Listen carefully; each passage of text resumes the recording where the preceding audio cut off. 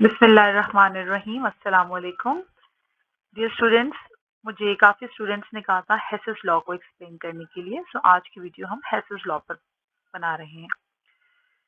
Hess's law is defined as at constant temperature heat energy changes, यानी कि enthalpy changes, जो हमने कल की वीडियो में भी देखा था कि delta H is called heat changes और एंथैल्पी चेंजेस किसी भी थर्मोकेमिकल रिएक्शन में। So at constant temperature, heat changes accompanying a chemical reaction will remain constant irrespective of the way the reactants react to form products. Simple way में इसका मतलब ये है कि अगर ए आपके पास कोई भी रिएक्टेंट है, एक या एक से ज्यादा भी हो सकते हैं, और आपका टेम्परेचर कांस्टेंट है, तो ये रिएक्ट करके डी में कन्वर्ट होगा। इसमें डेल्टा एच चेंजेस आएंगी, हीट चेंजेस आएंगी, क्योंकि हमने जैसे प्रीवियस लेक्चर्स में भी पढ़ा था कि जब कोई भी रिएक्टेंट प्रोडक्ट्स में चेंज होते हैं तो उसमें दो तरह की चेंजेस आती हैं, या तो हीट एनर्जी इवॉल्व होती है या हीट एनर्जी एब्जॉर्ब होती है। इवॉल्व की सूरत में डेल्टा एच का साइन माइनस होता है और एब्जॉर्ब की सूरत में डेल्टा एच का साइन प्लस होता है। तो ये एक सिंपल सा केमिकल रिएक्शन है, ए डी बना रहा है। हेसेस लॉ ये कहता है कि ए की डी में चेंज होने के लिए जितनी अमाउंट ऑफ एनर्जी रिलीज या एब्जॉर्ब हो रही है, दैट इज इक्वली इसके बराबर है कि अगर ए किसी इंटरमीडिएट बी में कन्वर्ट हो, डेल्टा एच वन कुछ अमाउंट ऑफ एनर्जी इसमें इवॉल्व या एब्जॉर्ब हो, बी एक तीसरे इंटरमीडिएट सी में कन्वर्ट हो, और सी आपकी फाइनल प्रोडक्ट डी में आए। ये एक पाथ है और एक ये डायरेक्ट पाथ है। डायरेक्ट पाथ की एनर्जी चेंजेस इक्वल होंगी sum of other three energy changes के। This is what the Hess's law is. इसको हम अगर मैथमेटिकली देखें तो डेल्टा एच जो ए टू डी में कन्वर्ट होने वाला है, that is equal to summation of delta H N, where N is the number of steps. अभी हमने जैसे कि प्रीवियस एग्जांपल में देखा, सिर्फ इसमें 3 स्टेप्स थे, 2 भी हो सकते हैं, 3 से ज्यादा भी हो सकते हैं। तो जितने नंबर ऑफ स्टेप्स होंगे उन सब का डेल्टा एच का समेशन, ये समेशन का साइन है, समेशन का मतलब होता है इन सबको अगर हम ऐड कर दें तो वो टोटल हेसेस लॉ के अकॉर्डिंगली हीट ऑफ रिएक्शन के बराबर होता है, एंथैल्पी ऑफ रिएक्शन के बराबर होता है।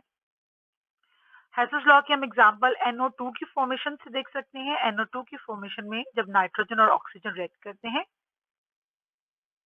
nitrogen 1 mole plus 2 moles of oxygen, they react together to give you 2 moles of NO2 nitrogen dioxide gas. इस केस में जो हीट, ये देखें प्लस का साइन है इसके साथ, इस केस में जो हीट एनर्जी एब्जॉर्ब हुई है that is 68 kilo joules. 2 step में ये प्रोसेस बेसिकली होता है। Nitrogen plus nitrogen oxygen gives you nitric oxide 2 moles, and this nitric oxide 1 mole again reacts with oxygen to give you 2 moles of nitrogen dioxide gas. इस case में delta H one 180 kilo joules है, second में delta H two minus 112 kilo joule है। ये students अगर आप इन दोनों का सम लें, delta H one plus delta H two, Hess's law जैसे कहता है it should be equal to delta H naught. अगर आप इनको दोनों को ऐड करेंगे तो answer will be 68 kilo joule. तो इसको हम अप्लाई करके देख लेते हैं। आपके एग्जाम में बोर्ड में इस किस्म के कैलकुलेशंस आ सकती हैं, इस किस्म की एंथैल्पी फॉर्मेशन की क्वेश्चंस आते हैं। Calculate enthalpy formation of methane. ये मीथेन की इक्वेशन दी हुई है जिसमें मीथेन ऑक्सीजन से रिएक्ट कर रहा है। It is a combustion reaction to give you carbon dioxide and water, और साथ में हीट एनर्जी इवॉल्व हो रही है -890.4 किलो जूल्स। एक दूसरा रिएक्शन दिया हुआ है जिसमें हाइड्रोजन और half mole of oxygen gives you water, इसमें -285.5 किलो जूल्स एनर्जी इवॉल्व हो रही है। Carbon plus oxygen gives you carbon dioxide जिसमें 393.5 kilo joules of energy evolve हो रही है। तो इन तीनों रिएक्शंस में हीट इवॉल्व हो रही है। Now you have to find out enthalpy of this reaction. इसमें सबसे इंपॉर्टेंट बात जो नोट करने की है, डेल्टा एच आपको निकाल देना है। आप ऐसे ही इनको एड अप नहीं कर देंगे, आपको देखना ये है कि क्या ये इक्वेशन इन इक्वेशन से डिराइव होती है। फर्स्ट ऑफ ऑल अगर हम देखें, ये कार्बन ऑक्सीजन कार्बन डाइऑक्साइड, ये कार्बन कार्बन यही अपनी जगह पे रिएक्टेंट साइड पे है। हाइड्रोजन हाइड्रोजन 2 मोल्स है, 2 मोल्स है, अपनी जगह पर है, रिएक्टेंट साइड पर है। But what about this equation जो मैंने रेड में की हुई है, इसमें देखें अगर आप, तो methane is on the reactant side, methane is on the reactant side. Methane यहाँ पर आपको जो निकालना है इसमें प्रोडक्ट साइड पर है। इस केस में अब हम क्या करेंगे, हम इस इक्वेशन फर्स्ट को इन्वर्ट कर देंगे, मीथेन और ऑक्सीजन को बना देंगे प्रोडक्ट, और कार्बन डाइऑक्साइड और वाटर को बना देंगे रिएक्टेंट। लेकिन हम इस तरीके से खाली इसको इन्वर्ट नहीं कर सकते जब तक हम इसका डेल्टा एच की का साइन भी इन्वर्स ना कर दें। तो इसके लिए हम देखेंगे अगली इक्वेशन, ये जो मैंने रेड में की है, इस केस में हमने ये इन्वर्ट कर दिया और डेल्टा एच का साइन भी माइनस से प्लस हो गया। अब अगर आप इन तीनों इक्वेशंस को ऐड करें, कार्बन डाइऑक्साइड का 1 मोल कार्बन डाइऑक्साइड के 1 मोल से कैंसिल आउट हो जाएगा, ऑक्सीजन का 1 मोल और ये oxygen, total 2 moles of oxygen, 2 moles of oxygen से कैंसिल आउट हो रहे हैं, 2 moles of water, 2 moles of water से कैंसिल आउट हो रहे हैं। पीछे आपके पास 1 mole of carbon, 2 moles of hydrogen and 1 mole of methane बचा। और ये अब आपके पास तीनों डेल्टा एच की वैल्यूज हैं, इनको आपने सम कर लेना है, और इन तीनों का सम आपको -74.6 किलो जॉल्स की वैल्यू देता है।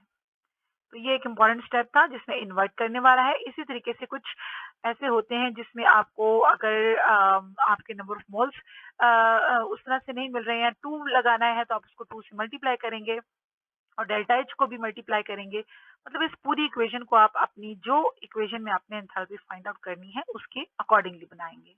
आई होप ये आपको समझ आ गया होगा। अच्छा जी स्टूडेंट्स, अब Born Haber cycle next topic है, वो भी हमारे हेसिस लॉ की एक तरह से एप्लीकेशन, और ये बहुत इंपॉर्टेंट टॉपिक है आपके एग्जामिनेशन पॉइंट ऑफ व्यू से। अक्सर एग्जाम में Born Haber cycle sodium chloride का पूछ लिया जाता है या फिर मैग्नीशियम ऑक्साइड का पूछ लिया जाता है, तो इसको भी हम इसी टॉपिक के सब टॉपिक में डिस्कस करेंगे। Born Haber cycle, it is a method that allows us to observe and analyse energies in a reaction. जैसे कि हमें हेसिस लॉ ने बताया, किसी भी रिएक्शन में क्या एनर्जी चेंजेस आई हैं उसको ऑब्जर्वर एनालाइज और कैलकुलेट करने के लिए हम बॉर्न हार्बर साइकिल यूज करते हैं। It mainly helps in describing the formation of ionic compounds from different elements. सबसे इंपॉर्टेंट बात यह है कि आयनिक कंपाउंड्स की लैटिस एनर्जी बेसिकली निकालने के लिए हमें बॉर्न हार्बर साइकिल यूज करना पड़ता है।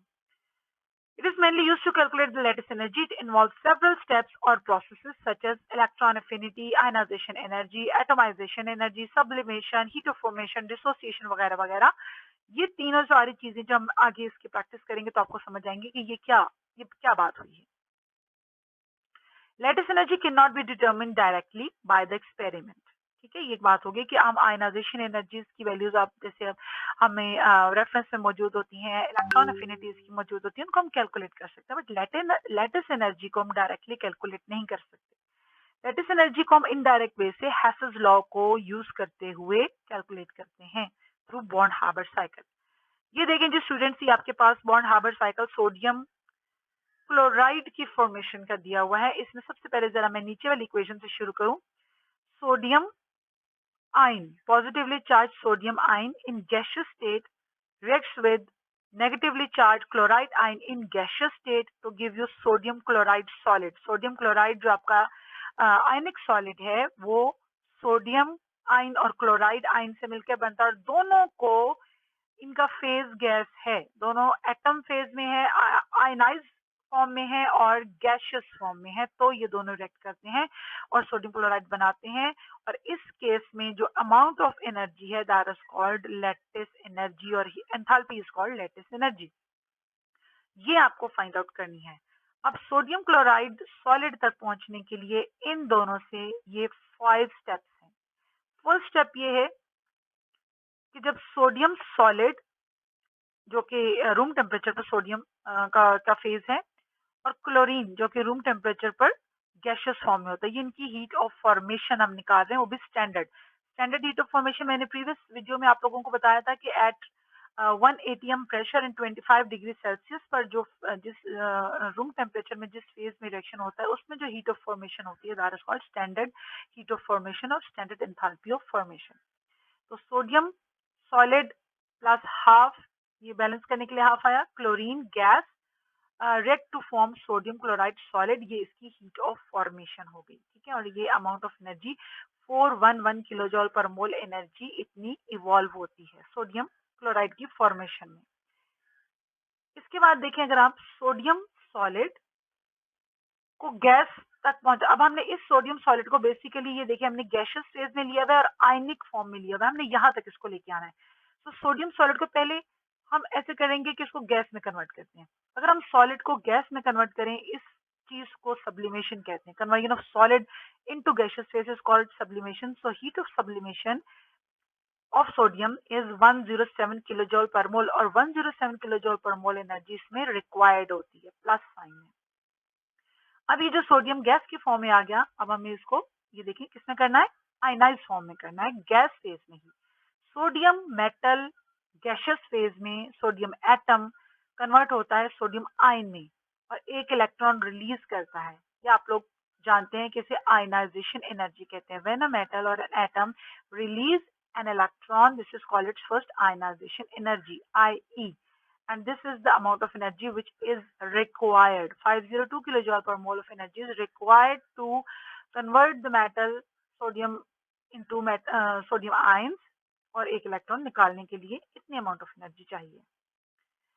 ये हमारा सोडियम अब गैसियस फेज में पॉजिटिव साइन के साथ फाइनल प्रोडक्ट आ गया। अब हम क्लोरीन पे काम करेंगे। यहाँ से अगर आप देखें तो हाफ क्लोरीन Cl2 गैस था, हम हाफ की बजाय एक ही पूरा, वो तो बैलेंस करने के लिए हाफ था। क्लोरीन Cl2 गैस को अगर हम कन्वर्ट करें एटम फॉर्म में, Cl2 मॉलिक्यूल है, याद रखें, दो क्लोरीन के एटम आपस में मिलकर Cl2 का मॉलिक्यूल बनाए हुए हैं। क्लोरीन मॉलिक्यूल को कन्वर्ट करेंगे क्लोरीन एटम्स में, तो ये दो एटम्स में कन्वर्ट हो जाएगा, फिर इसकी सेम गैस ही है, ऑलरेडी गैस है। दो क्लोरीन, एक क्लोरीन के अंदर दो क्लोरीन के एटम्स थे, अब दो आपके पास क्लोरीन के एटम्स बन गए, तो ये इसकी डिसोसिएशन हुई है।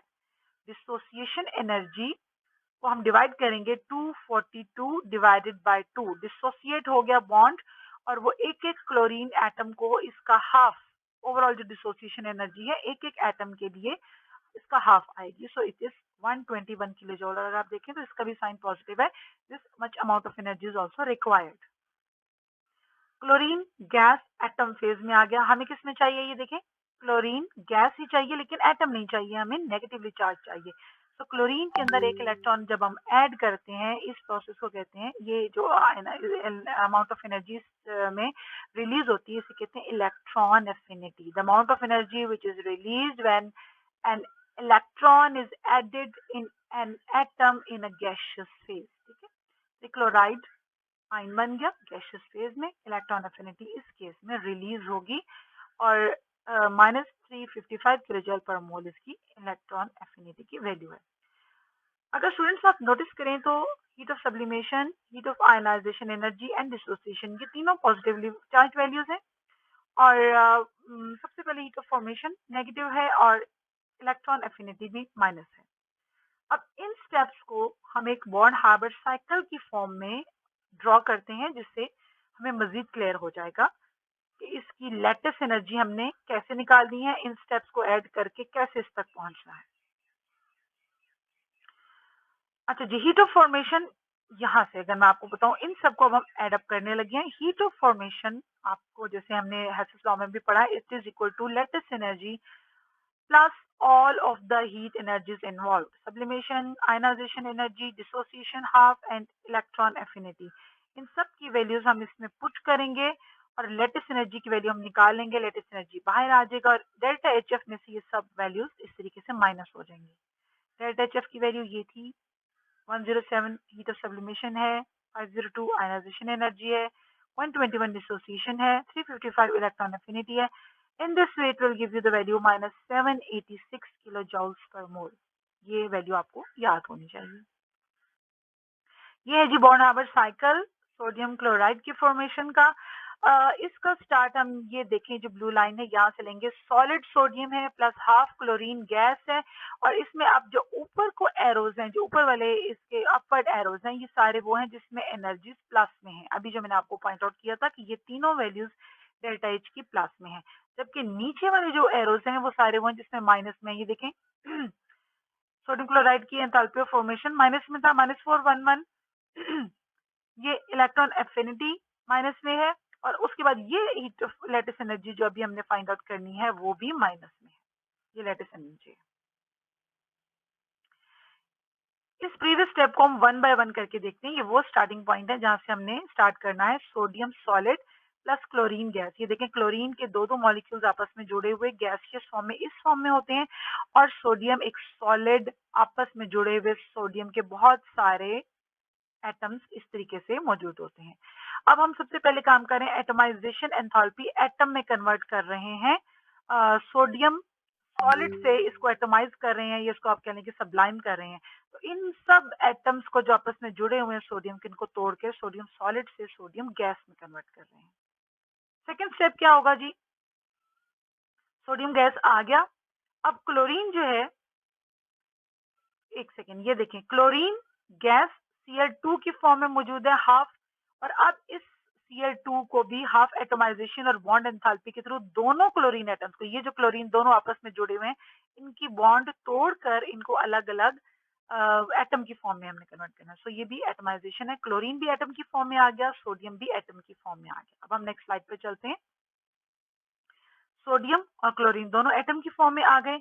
अब हमने क्या करना है जी? Ionization energy. सोडियम के अंदर से एक इलेक्ट्रॉन निकालेंगे तो सोडियम आयन गैसियस फॉर्म में बन जाएगा। वो इलेक्ट्रॉन ये रहा, और ये भी देखें अपवर्ड है, ये भी अमाउंट ऑफ एनर्जी इसमें भी प्लस है। वैल्यूज आपको पीछे हमने कर ली है। ये इलेक्ट्रॉन क्लोरीन लेगा जो कि गैसियस फॉर्म में है, और इस केस में एनर्जी माइनस में है, इस वजह से ये एरो डाउनवर्ड आ गया। This is first electron affinity, evolve हो रही है एनर्जी। इसके बाद थर्ड स्टेप आता है, ये देखें जी, इवॉल्व हो रही थी एनर्जी, अब ये किस फॉर्म में आ गए? पर्पल वाले सोडियम छोटे साइज के आयंस बन गए, और ग्रीन वाले क्लोराइड आयंस बन गए। Now sodium ion in gaseous form, chloride ions in gaseous form, they are ready to attract each other, और ये unbonded ions अपने आप को ऐसे अरेंज करेंगे कि इनके दरमियान आयनिक बॉन्ड बन जाएगा, और वो जो बॉन्ड बनने में जितनी अमाउंट ऑफ एनर्जी रिलीज होगी, याद रखिएगा इसमें अमाउंट ऑफ एनर्जी रिलीज होगी, दैट से डाउनवर्ड एरो जाएगा, उसको हम लैटिस एनर्जी कहेंगे। So this is lattice energy. All of the sodium and chloride ions are arranged in a fixed lattice, crystal lattice. और ये फाइनली, ये देखिए आपका ये प्रोडक्ट, ऊपर जो आपने रेफरेंस दिए थे वहां से भी एंथैल्पी चेंज ऑफ फॉर्मेशन, ये वो वैल्यू है जो हीट ऑफ फॉर्मेशन सबसे पहले हमने पढ़ा था कि ये हमारा sodium solid plus chlorine gas they react to form NaCl solid. ये भी अमाउंट ऑफ एनर्जी माइनस में थी, रिलीज हो रही थी। तो इन स्टेप्स को मैंने एक एक आपके लिए खोलकर अलग अलग बयान कर दिया। आई होप स्टूडेंट्स आप लोगों को इसको ये कॉन्सेप्ट क्लियर हो गया होगा। एक ये मैग्नीशियम ऑक्साइड भी एक आयनिक बाइनरी कंपाउंड है, और इसके बारे में भी क्वेश्चन आ जाता है मोस्टली पेपर्स में, या सोडियम क्लोराइड पूछा जाता है या फिर मैग्नीशियम ऑक्साइड पूछा जाता है। तो बिल्कुल बेटा आपने उसी पैटर्न पर इसको भी सॉल्व करना है। Heat of formation standard conditions में it is equal to heat of sublimation plus enthalpy of ionization energy half dissociation plus electron affinity plus U. In this case U is your lattice energy, इसको हमने U से represent किया है। और अगर आपको U निकालना हो, ऑब्वियसली जो हमने निकालना है लैटिस एनर्जी निकालनी होगी, तो it is equal to delta H F naught minus बाकी सब एनर्जीज हो जाएंगी जैसे कि इसमें दिया हुआ है, ये जैसे हमने पहले किया था। तमाम एनर्जीज की वैल्यूज को, हीट ऑफ फॉर्मेशन को, sublimation, ionisation energy, dissociation energy and electron affinity की वैल्यूज को इसमें हम पुट करेंगे, and you will get the final answer of lattice energy of magnesium oxide, that is minus 3831 kilojoules per mole. So this is the way how you can calculate the lattice energy of MgO. I hope कि आज की video आप लोगों के लिए helpful रही होगी। अगर मेरी वीडियो पसंद आए तो प्लीज लाइक करें, सब्सक्राइब करें और अपने फ्रेंड्स के साथ शेयर करें। Thank you so much. Allah Hafiz.